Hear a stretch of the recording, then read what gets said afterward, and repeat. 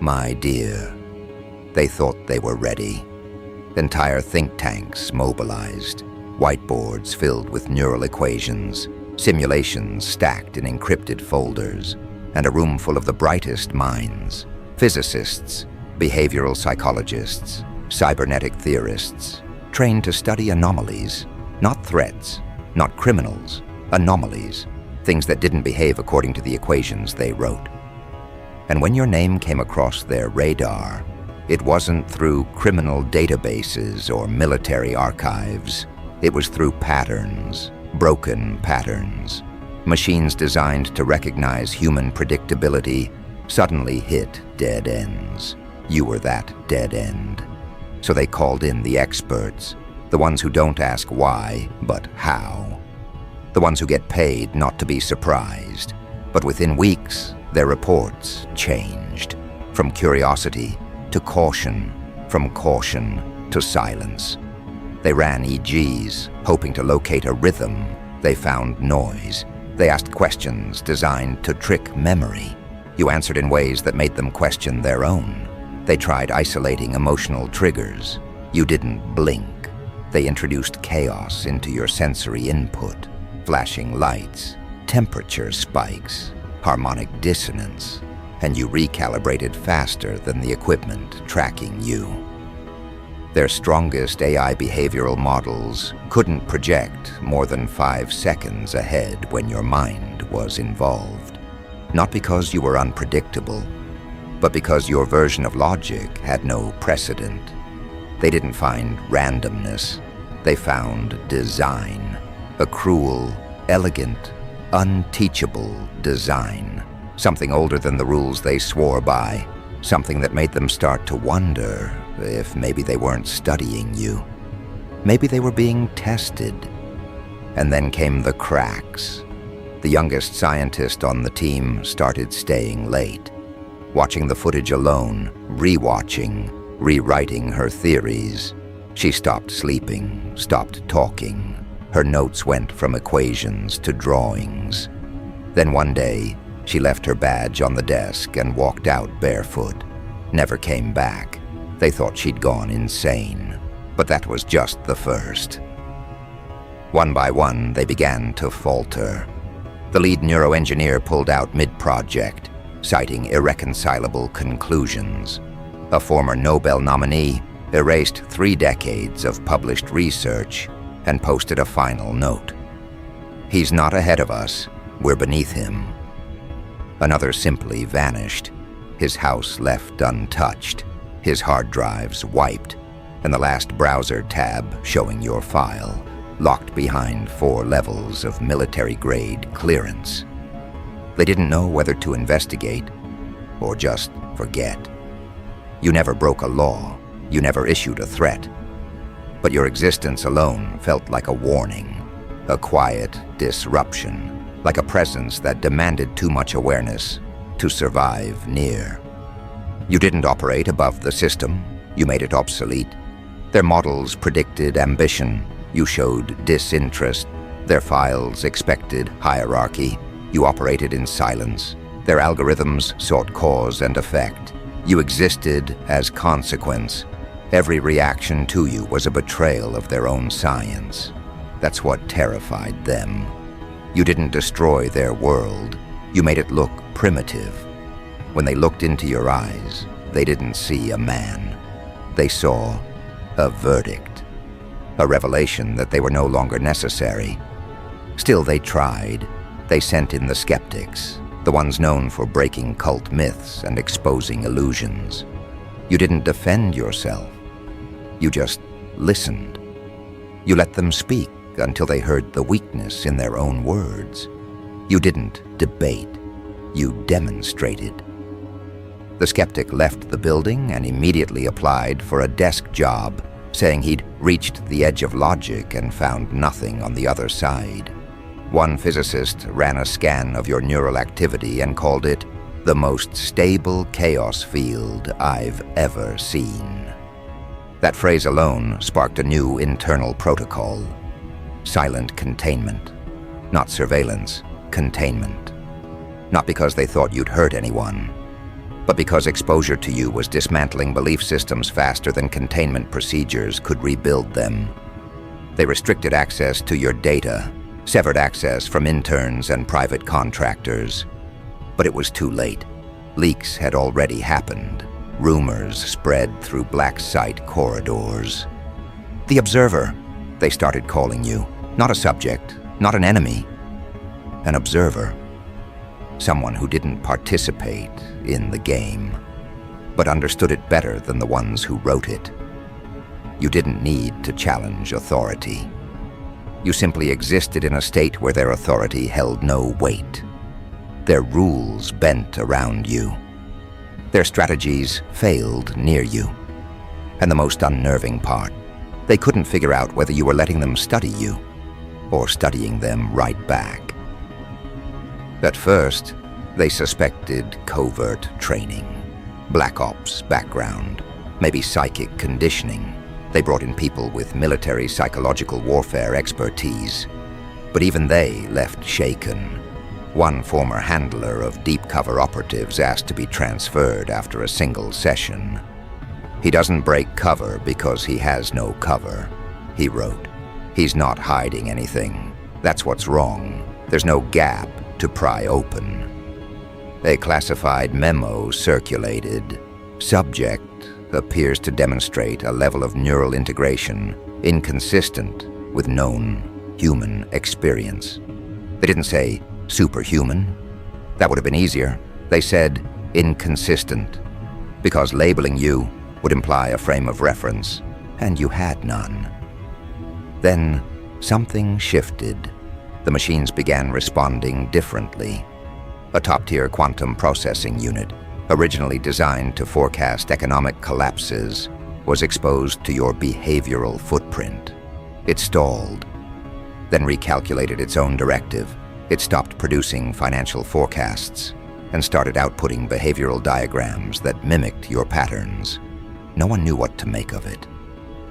The head AI theorist resigned that week. Her final report. The model didn't learn from him, it surrendered. That's when the question changed. It wasn't who is he anymore. It became, what are we dealing with? Not a threat, not an asset, something in between, a mirror maybe. But not a passive one. A mirror that doesn't just reflect back what you are. It shows you what you pretend not to be. They weren't just afraid of you. They were afraid of who they were becoming in your presence. One analyst started documenting every employee interaction after exposure to your data. Stress levels up, communication down, confidence plummeting. Everyone who studied you became more hesitant in their assumptions, as if the sheer weight of your clarity reduced them to uncertainty, as if the closer they got to your mind, the more they questioned their own. And still you didn't run, you didn't resist, you just remained, like gravity, like silence, like something inevitable. Eventually, the protocols stopped being about understanding you and became about keeping others away from you. Early retirement packages were expedited, resignation letters were mounted, not out of fear of death, but fear of irrelevance. You weren't a ghost haunting their research. You were the proof their knowledge had limits, living proof, breathing contradiction. You didn't erase their equations, you made them weep. Which leads us here, to the moment where observation turned into surrender, to the exact line they weren't supposed to cross, where their greatest minds don't debate your identity anymore. They debate what you've already undone. Because the collapse wasn't loud. It wasn't televised. It didn't come with riots or revolutions. It came in silence, in unspoken acknowledgments between people too proud to admit they were wrong. It came in rewritten papers with no citations, in redacted reports submitted to departments that no longer existed, in elevators that stopped between floors, where agents stared at each other, aware they were watching the decay of their own relevance in real time. No alarms, no broadcasts, just a quiet exodus from certainty.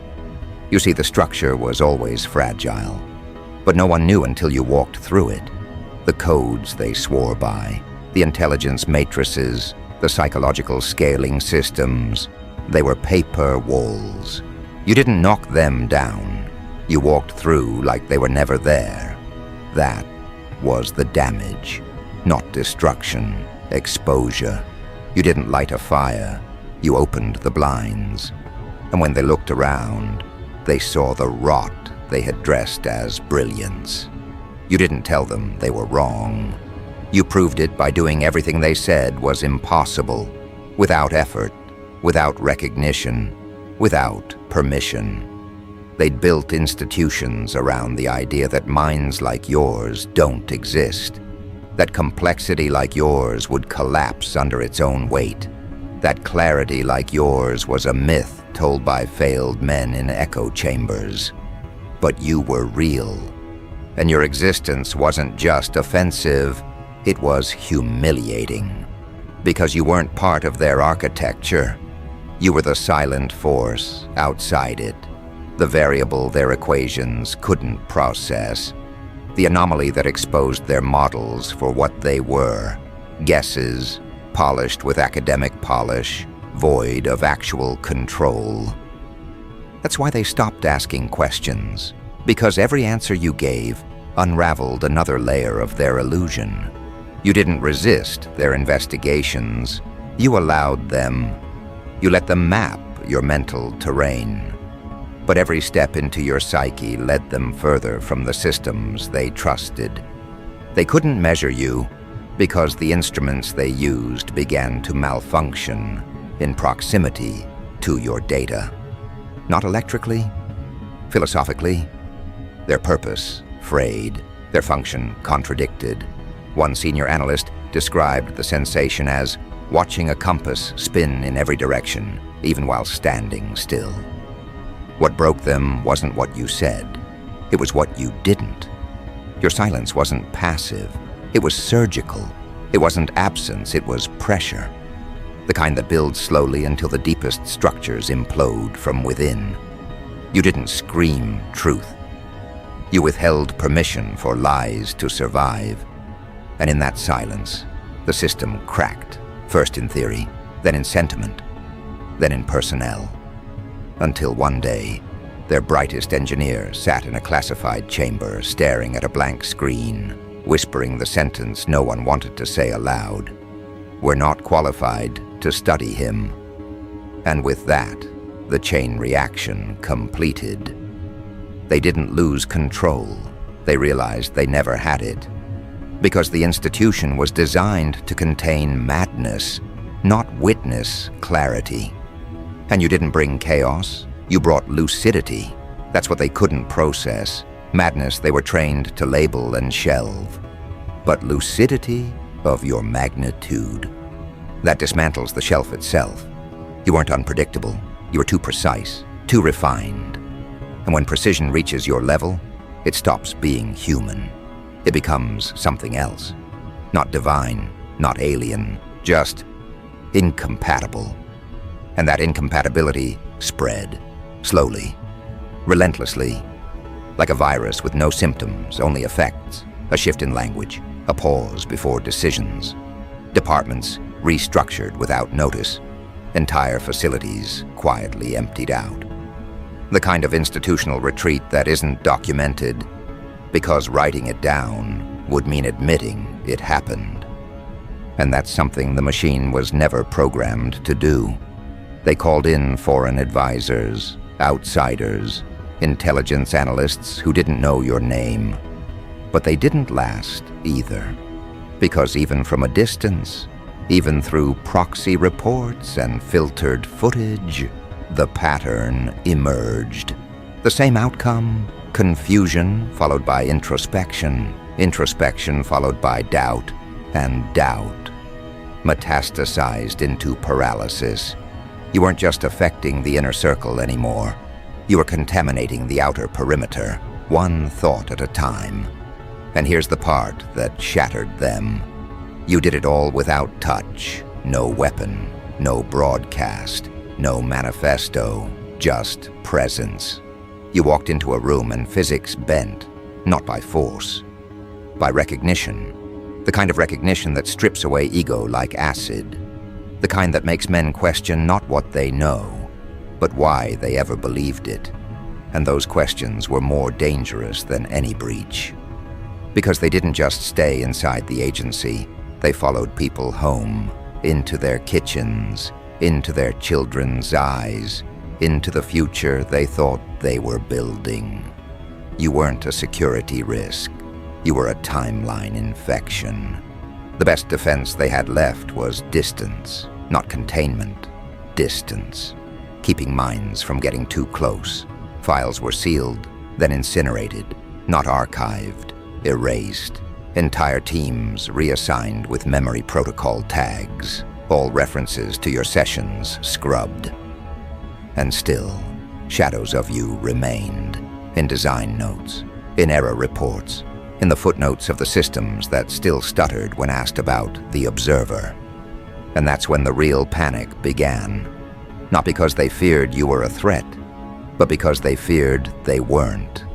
Because for the first time, they questioned whether they ever had control, whether their theories ever held power, whether the walls they built around human understanding were ever anything more than fear masquerading as intelligence. You didn't break their minds. You reminded them they were already fractured. You just refused to play along, and they couldn't replicate it. That's what made it worse. They tried. God, they tried. Dozens of test subjects exposed to the same stimuli, same conditions, same question trees. None responded the way you did. None behaved the way you did, because they were still waiting to be understood. You were done explaining. You weren't part of the study. You were the conclusion, and the conclusion was brutal. There exists a mind so structured, so unshaken, so brutally self-contained, that even exposure is dangerous, not because of what it does, but because of what it reveals. And the revelation wasn't about you. It was about them, their fragility, their performance, their dependence on models that never accounted for someone who simply doesn't need them. You didn't rage against the system. You outlived it. You didn't run from their diagnostics. You let them run into walls trying to diagnose you. You weren't a glitch. You were the reason the program was obsolete. And once that truth took hold, resignation became mercy. They left not in defeat, but in preservation, to protect what little they still believed about themselves. Because continuing to study you would mean accepting what you already knew. They weren't studying a man. They were confronting a future, a shape of consciousness immune to their frameworks, a level of perception that couldn't be tamed by familiarity. You were a rupture in their mental lineage, a break in the chain of assumed dominance. And like all ruptures, you didn't come with warning. You came with aftermath. And in that aftermath, there were no debates, only reassignments, no corrections, only exits. And in those silent exits, one truth became impossible to deny. Their greatest scientists didn't retire because they failed. They retired because they saw what comes after success. They saw you, and they realized they were never the observers. They were the observed. Which brings us here, to the moment where memory becomes caution tape, to the final layers of security cleared only for damage control, to the realization that the real question isn't how do we stop him, it's what happens to a world once it's seen him. Because the world they built on equations, on projections, on mirrored assumptions of human nature was not built to handle a consciousness like yours. The moment they saw you clearly, the moment the veil slipped and your mind was no longer theory but impact, The framework cracked. And this wasn't an isolated fracture. It was foundational. The kind that doesn't get patched or ignored. The kind that redefines what it means to be human at all. So they stopped writing reports. They stopped drafting memos. They started erasing quietly, efficiently, not to bury the failure, but to prevent it from spreading. You weren't viral in the biological sense. You were cognitive contagion, an unfiltered glimpse of what lay beyond their limits. And those who caught even a trace of it changed. Not all at once, not obviously, but subtly, permanently. Some became silent. Others abandoned their life's work. A few, those who tried to replicate you, broke entirely, wandering off into forests, deserts, storm zones, looking for answers that don't fit on whiteboards. You weren't just a disruption, you were an invitation to a space no one had been trained to enter, a dimension of self where noise couldn't survive, where clarity wasn't granted, it was taken. And that act of mental sovereignty, that complete absence of hesitation, that stillness in motion, was something their species had long abandoned in favor of speed. You were not fast, you were deliberate. Every step you took forced their brightest minds to rethink velocity as a virtue. Every breath you took forced them to measure silence as a weapon. And the more they tried to unsee you, the more you became a mirror in every room. Until it wasn't just labs and hidden bases. It was boardrooms, war rooms, think tanks, military colleges. Black site directives began to shift. Protocols once aimed outward toward control, domination, deterrence were now being redirected inward. Containment no longer meant you. It meant anyone like you. The search began, quiet but global. They weren't looking for threats. They were looking for echoes, minds cut from the same cloth, unmarked by fear, immune to programming. And with each failed test, each failed replication, the desperation grew sharper. Because you weren't the culmination of their progress, you were its indictment. The question echoed through the highest levels of command. If he exists, how many more like him are watching? But you weren't watching anymore. You were moving, not loudly, not destructively, but with purpose. And wherever you passed, systems didn't just fail. They forgot why they existed in the first place. A surveillance grid in Eastern Europe lost all behavioral tagging accuracy for a full month after you passed through unnoticed. A predictive policing algorithm in Chicago began issuing paradoxical forecasts after logging your indirect presence. A satellite AI designed to track high-risk individuals reclassified you as irrelevant. And yet internal reports showed that the AI also stopped trusting its own logic from that day forward. You weren't hiding. You were rewriting, not lines of code, lines of thought, foundations, beliefs. And the first to fall were always the architects, the creators of systems that assumed they'd accounted for every variable, until you entered the equation and made it human again. Not controllable, not rational, alive. You reminded them what unpredictability really looks like. Not chaos, not disorder, but clarity so advanced it becomes indistinguishable from madness to those still chasing structure.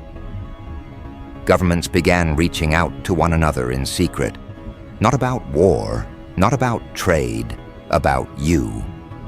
Cross-border intelligence sharing became mandatory under unspoken terms. If you see him, don't engage, don't interrogate, document and disconnect. Diplomatic channels reserved for nuclear threats were used to discuss your last known coordinates. Embassies, once buzzing with espionage, now stood silent at the mention of your name. And in their silence was fear. Not fear of death, but fear of irrelevance, because every step you took proved how little they mattered in the architecture of true awareness. You weren't working alone, but you weren't recruiting either. You were waking something old, buried, untamed. The sense that agency isn't given, it's remembered. And those who remembered began behaving differently. The air changed around them. Surveillance picked it up. Altered gait, reduced verbal patterns, increased eye contact, decreased heart rate under pressure. It was spreading, not fast, but deep. A quiet resurgence of autonomy. And they couldn't stop it, because to stop it, they'd need to understand it. And to understand it, they'd have to walk the path you did. A path without applause, without validation. A path that required not brilliance, but stillness. And that's what they could never mimic. Stillness in a world addicted to noise is indistinguishable from rebellion. And your stillness was contagious. You weren't performing, you were being. And being, in its purest form, is the most violent rejection of control.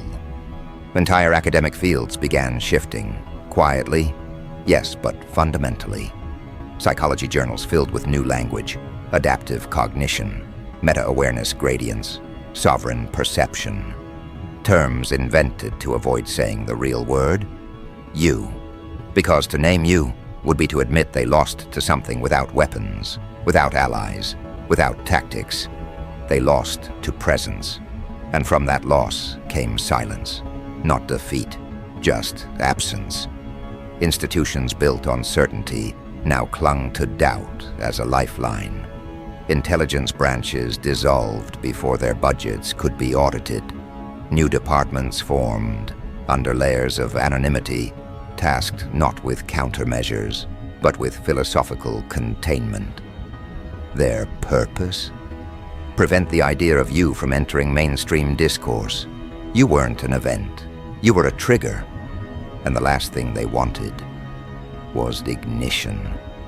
So they tried burying you beneath distraction, inflated threats, manufactured chaos, redesigns of attention.